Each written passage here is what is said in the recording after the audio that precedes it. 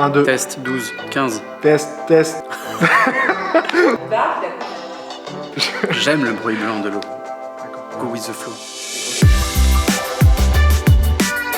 Bonjour, je m'appelle Pascal et je suis responsable commercial chez Numberly. Ça fait plus de 5 ans que je travaille ici. Bonjour, Paul, je travaille dans l'équipe commerciale également avec Pascal et les autres depuis un petit moment maintenant. Commercial, c'est aller à la rencontre de clients, de prospects, justement, pour essayer de les accompagner pour répondre à leurs besoins. Ce qui fait qu'on a un peu une double casquette particulière. On est entre le consultant et le commercial pur, finalement. Exactement. C'est le rôle d'un commercial, c'est d'aller rencontrer les prospects et les clients et d'aller les démarcher, de comprendre leurs besoins. Donc on est amené à vraiment, dans le temps, échanger avec eux plusieurs fois avant même de commencer à travailler avec eux. Et cette longévité, cette relation avec les clients, c'est ce qu'il y a, je pense, de plus riche dans notre rôle. Les clients qui appellent. Ouais. Toujours sur la brèche. Et paf, c'est dans la boîte. Faire grandir la société, faire grandir Numberly à travers toutes les nouvelles solutions et tous les nouveaux projets qu'on apporte. Moi, ce qui m'amuse, c'est de créer, encore une fois, comme le disait Pascal, c'est de créer une relation, c'est d'avoir vraiment le sentiment, je ne vais pas dire à la fin de la journée, mais plutôt à la fin de l'année, une fois qu'on a porté tout un projet, mais d'avoir vraiment servi. Et en fait, que c'est bête, mais que le client nous dise merci, il remercie les équipes parce qu'il y a une qualité de service qui a été apportée, parce que on l'a aidé à se débrouiller sur certaines problématiques. Ouais, c'est de se sentir utile, évidemment. Et puis après, c'est d'un point de vue vraiment au sein de l'entreprise, c'est de ramener des beaux projets pour les équipes aussi, qui sont hyper excitées de produire des choses, de créer de nouvelles choses, de nous challenger aussi. La plus grande partie du temps, oui, en rendez-vous. Donc sur des rendez-vous de prospection pour voir les clients pour la première fois. Ça peut être aussi sur des réponses à des propositions, des soutenances d'appels d'offres. Et puis aussi pour des rendez-vous de comités de pilotage trimestriel, de réunions mensuelles avec nos clients pour aller justement s'assurer que tout se passe bien dans la relation globale avec les équipes marketing et aussi pouvoir voir sur l'année suivante qu'est-ce qu'on peut leur proposer de plus qui répondent toujours à leurs objectifs, à leurs besoins de l'année suivante. Ah, tu commences. Non. Il a eu la première pensée.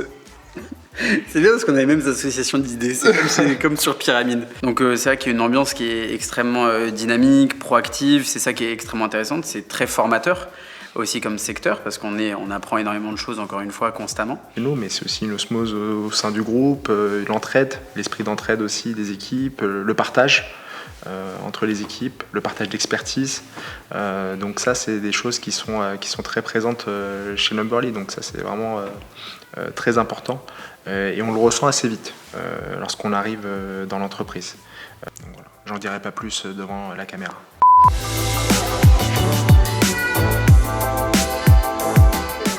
Il y en a beaucoup. Hein.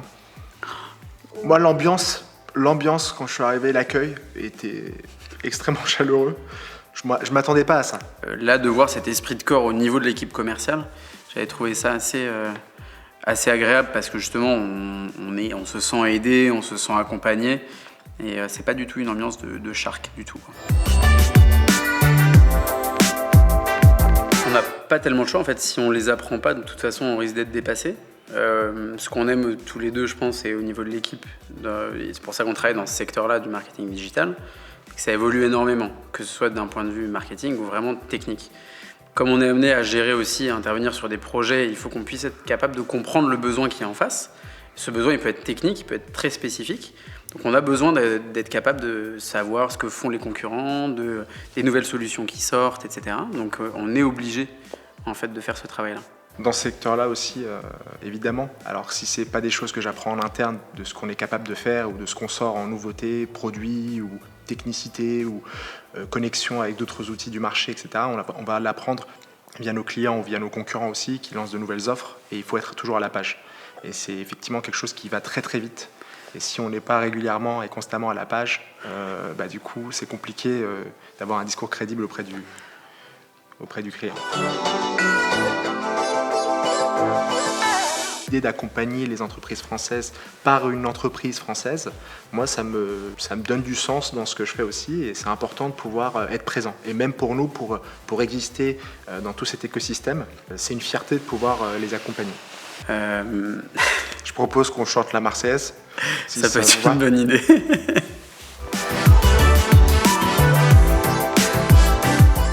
Historique. Français. Indépendant.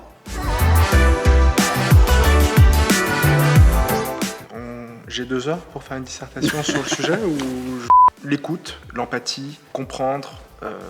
Pour moi, la compréhension et l'écoute, si Ça tu va avec rassembles les l'empathie. deux, c'est aussi de l'empathie. Alright. On va faire Bah ouais. quatre. Ouais, ouais. On lâche tout là. 3, 2, Deux, 1. un.